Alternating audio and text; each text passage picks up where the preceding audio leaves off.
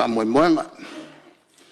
E whamalo fo ele whiunga le Plemene malo fo ia la tona to fia le minister ia sosoniatu le Tues mo manatu walto tuaina o le tatou mautanei tulafono lenei ia si whapolenga wa tatou talanoa fo'i ma saunoa le Plemene ma sa o le Plemene lia ia mai nisi fafo le tatou malo sana ia mai se malo il tatou malo ma na whainga whawai pia whapea lea e tatou te le mo mia ni sosani a tatou mo mia lof sosani o inala ngai mai lofa la putonga e foi na la tou whainga whawai e whawai ai ia la tou sosani o mai ia whapela e tatou te le talia la tou foi whainga whawai ion tatou le maua lea o sosani e mafula na le matoutu ala lo sosoni atu ngā luenga le tatou malo ai mesi o lea tu le mai o tou o lo ngā sea e whatinonga ngā luenga mo le atina e o Samoa le foi la tatou te whalangolango i sosoni mai fafo o le mela pole le kaufi kaufi lo la MF ia sosoni kaufi o malo New Zealand, kaufi o Australia, kaufi a Pangi, kaufi umai whalaputonga, ADP. O le mena lea na lala no tau tuale mea, lenga na tupu ya Samoa le fast food tolu tau sanga taluai. Ena ua mato pale mai, ai whiangai mato ma tulangaia, mo lea e masifosani e toa maia. La lana matou malangai o au ma ali ofisa foi o malo matou o tawanau ia faulunga o malino na fiona le tai le tuangai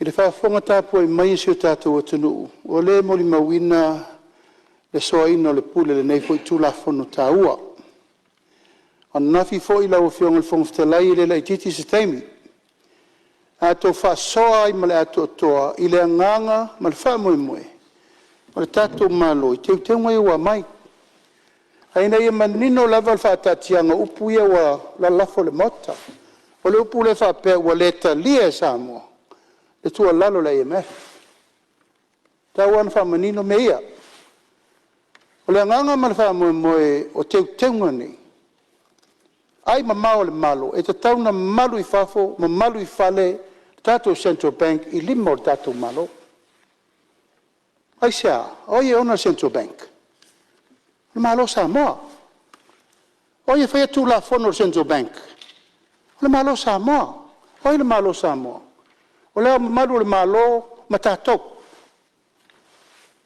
o le manino a whainga whaavae i le amatanga le tatou whare tupe tututonu tu lovo i lo to wa fia la mtanga ai malama me uma e iai le anava le IMF e mai e fa ton wata to tu la fondo ava ia tu la tato fainga malo wa ia ni meta tau na to fetuna fetuna inga siri le e le tau na to tau ave e le ko vana le fale tupe le ko vana ma le tai fono o to tonu le Central Bank ai sa e fesiringia pea e le tu sa taimi uma e le taimi e tu la i mai ai lesi ko vana e na te whaia wha i unga wana o ia lava ai le fesiringia se fina ngalo tuto o tasi o le malo Samoa ma le malo e ona le Central Bank o le la tauna wha manino e le o te ena tu langa o fautuanga na mai ai ni ai inga taunga tala nolele o le IMF ma le minsta tupe o le manino na au lape O le tulafono toe teu lena mamoli atu. Ina nei manatu le nai tu le mauta ma le malo o tulafono ni. Oi, o tātou. Ia la whapeane la nei te ua afia le atunu. Ono se manatu le whainga malo. Ia whaise mea e le i ele wa ingo le tātou Central Bank. O mana manino le la savari le fias fultau sanga. O tau mawhai le tātou tulafono. Tulafono au tū. Teu whala savari. A tātou tau atu la le tātou te mua tau na sui. O le vaai mamao na tātou malo. Mo le tulafono nei. Ia leo mamoli mai nei o peo whati tūlanga e tūlai mai.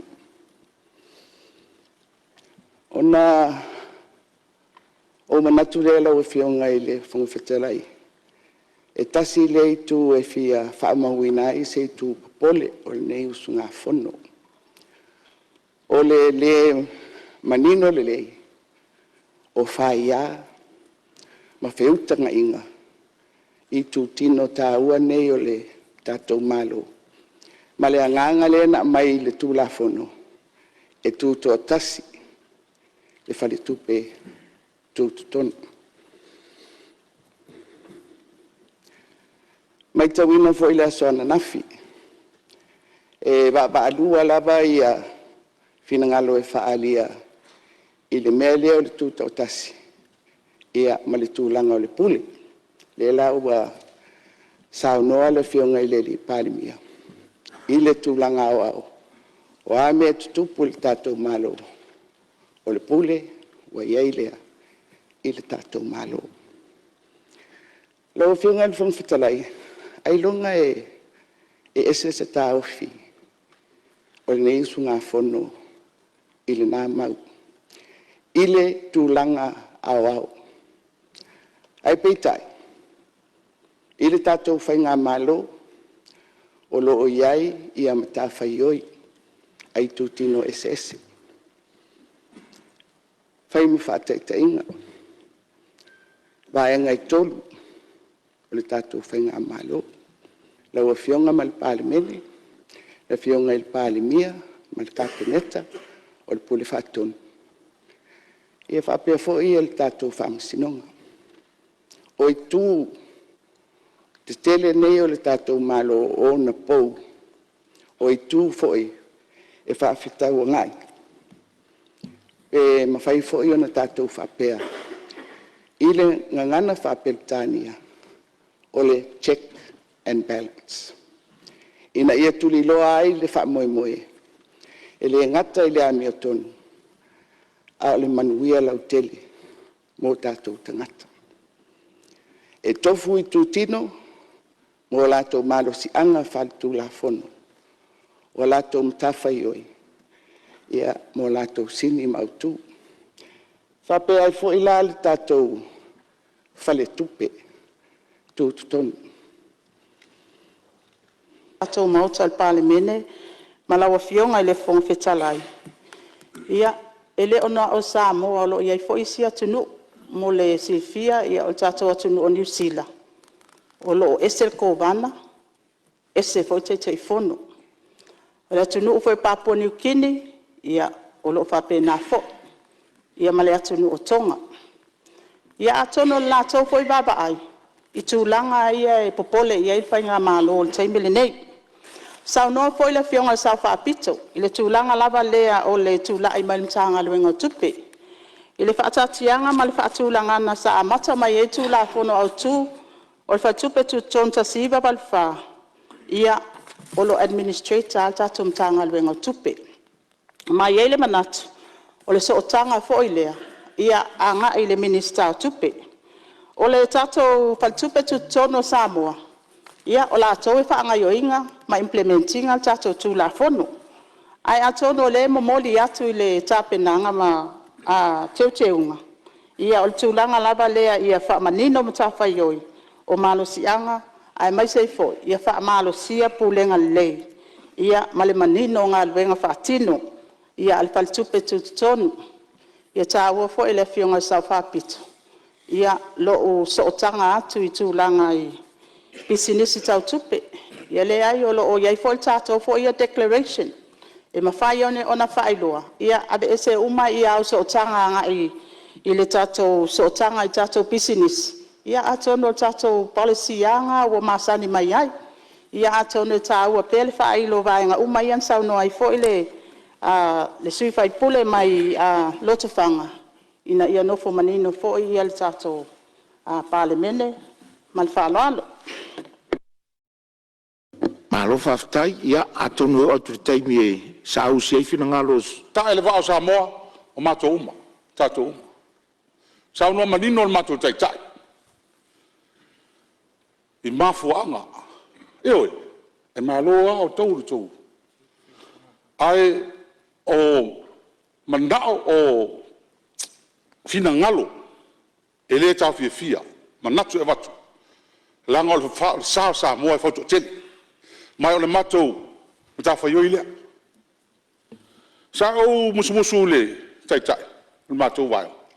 Si pe sa no e amata le mafo anga na fatu wai. O fa vai ai le fa tupe tu tonu sa mo. E nga e nga na tatou malama le mafo anga na fatu wai. O le fa tupe tu tonu sa mo. Na fa vai na le fa se la wal fa.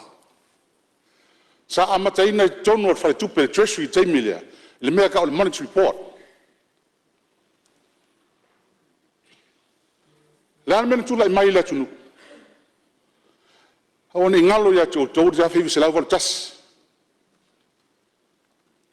Mafu anga tonu a lea. Na ave ese mai ai le mea ka o le monetary report mai kongo treasury. Ai mai wha ko ese whatu tō tas. Ai sea. Wa apa atu le malo. Whaonga o matuke ia ere te tau an whaonga ina. Ele tau. Kala me no il tatu atunu. Fautanga mo mua le IMF. Fatu Central Bank. O le Central Bank mo to silfia. O fa ngonga fa fa ngofia le Central Bank. O fa tupe sa mo. It's a bank. O fa tupe ala tunu ule. E fa ngoa Beltania o le Bank of England. O le tupe ngalani. Le mea lea na lai on fautua. Le MF le taimi lea. Ave esele monetary report. Fatutu atas. Aisea. Awani toi ho sa mo le lea. Oni toi sa mo le lea. Mai ele na sa mo. Atu no o malava o muli tai fa i. Feng fa tem kasi. Ole lunga lava le le lo. Lunga lava le. Sao no le fionga le. Visaya New Zealand. Sao. Ese le chairman, ese le kovana. Al kovana. O ia le te fono o le monetary policy. O le mea piko sili leang ka hau. Kala ngoa loa, ping fa vai me kau tupe. O kovanga e whaia le mea. Ina ua tala noa le, tala le tupe malo New Zealand, i tau sangan ni. Te sili le, Mr. Tupe, i le kovana. O la se fuafuanga autou, e si i le interest rate. Pai ngoi si la o le official cash rate, OCR. Fai le fono a le board, uma ai, e zusa, e to ono le board. Famai listo tolu, le ai, awar si ia. Famai listo tolu o taun si. O na kasto le vouta le kovana. E ta hofi, awar si ia. O le tai awa na so ai, au whanga solo le fono Plemene. O le sinu mua la vale atu stala le Mr. Tupi. O le aso fina ngalo le whai ungo at Central Bank, al Reserve Bank, e awar si itia le OCR. Ale tala le Mr. E le isa u. So manatu iai. Ele ai aina ele malo le fa unga Central Bank. A fa le tali na wa mai Central Bank, ele Reserve Bank. Le tali fo na. Ioi. O le malo ona Central Bank. Fa we ta tu la fono, fa fa vai, bul muta iai. Ai ama e aloa. Na tu ulo leo Central Bank fai anga luenga. O lalo fiti, e pui il whawai. So jitsia le se senga, i lau ai, i le Reserve Bank, function da Reserve Bank.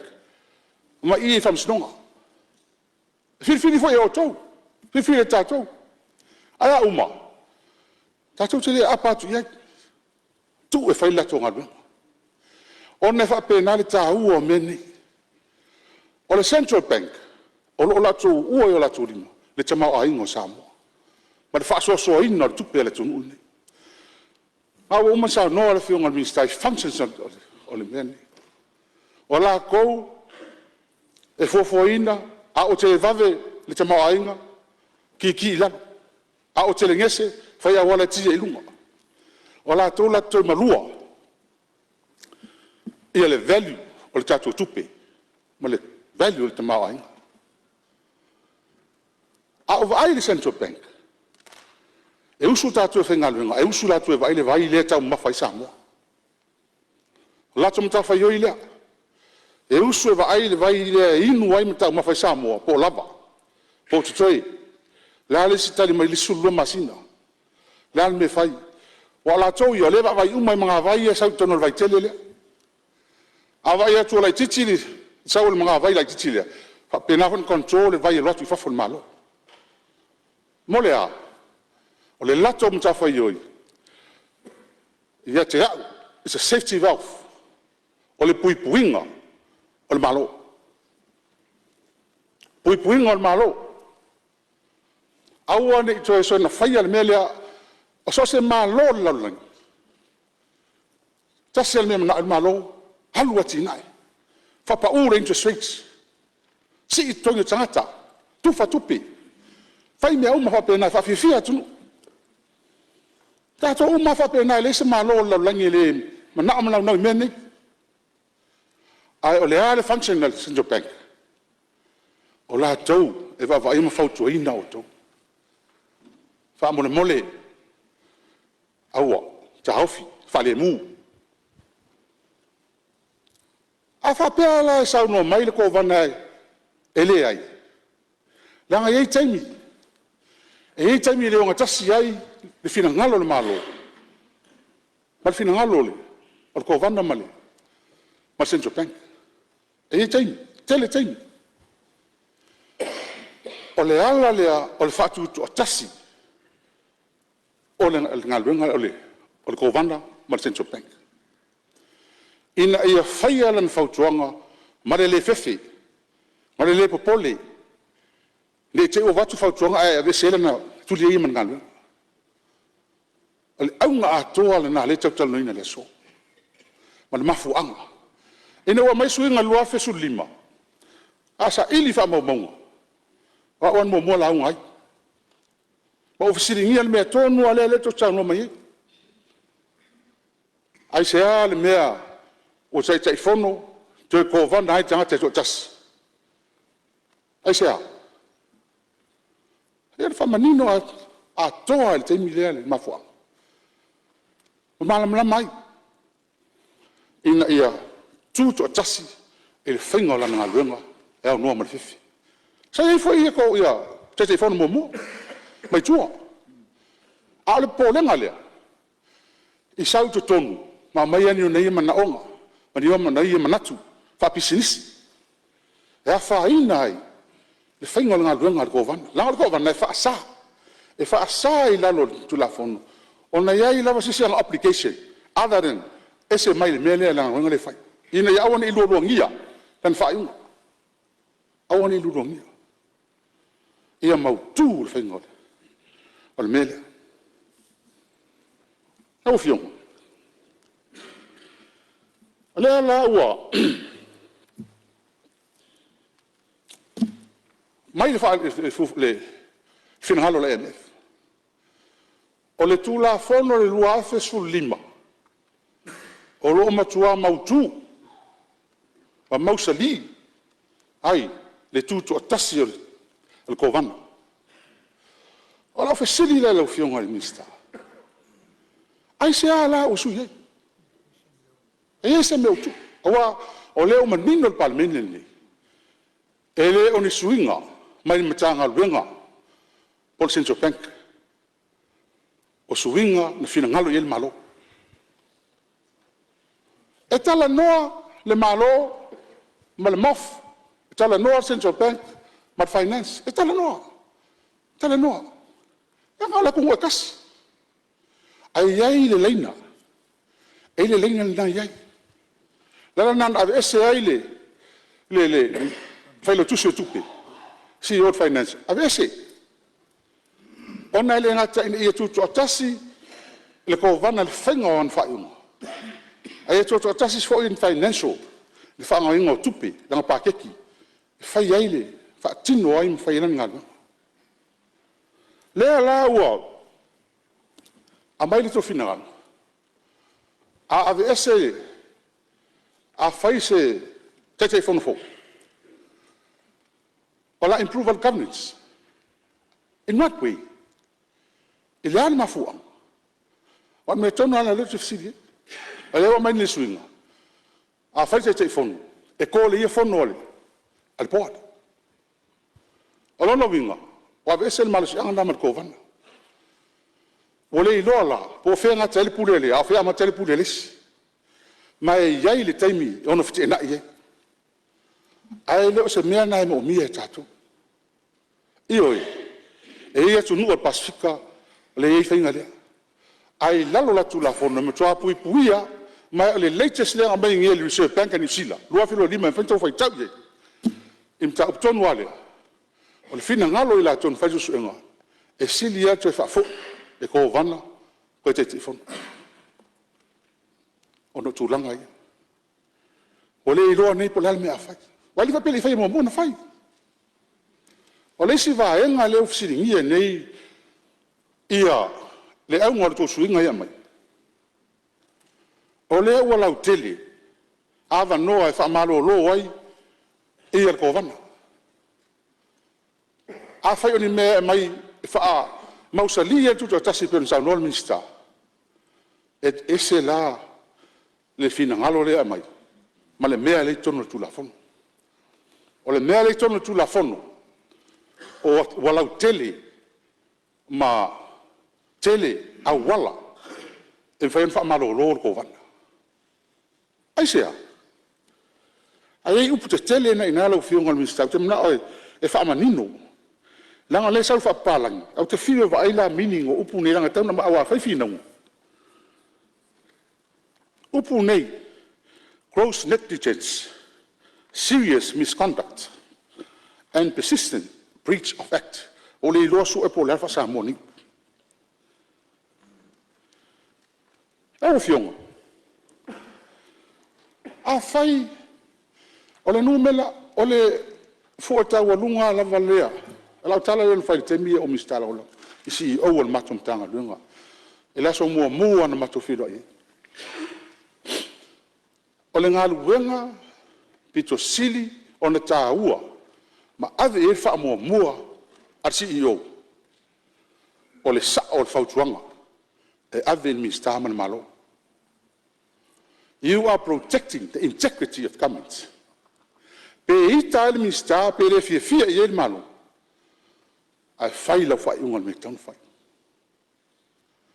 a fai la wa vatu sto finangalo ai le tu sai mal finangalo ko vanda man tangalo tau do fia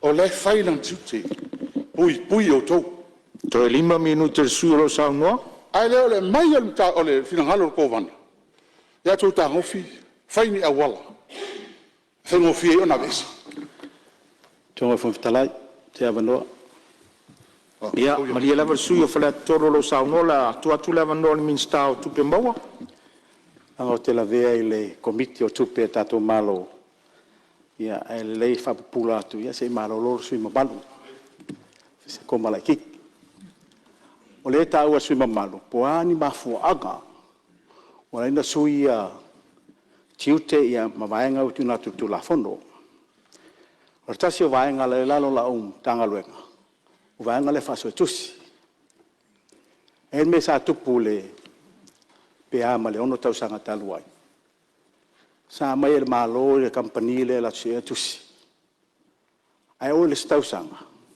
o sa ni tu company le so tusi ai o sui mai na facility company le po ai na fai fatonu ga sui ai le fai company le fai ele se tusi el malo na fai la ver comanda o ila le facility le ma fofo independence o le tulanga fa so tusi e tu la fondola le foi va vai tu la fono o le e amana ia tu lang fa so tusi ai o te fisilia tu ai e lo ve external auditors o internal auditors lo no winga o tangata so tusi la e tonu la central bank e fisilia o ma fofa mata o independent le vainga o le fa nga la to so ga tusi tonu central bank o le mela na o tu la fono lo to mai tu la fono le ina ia fa malo sia the independent external auditors o le tau al vaenga lea, ia aua nei se a whainga, o le external auditor, i to tonu o central bank.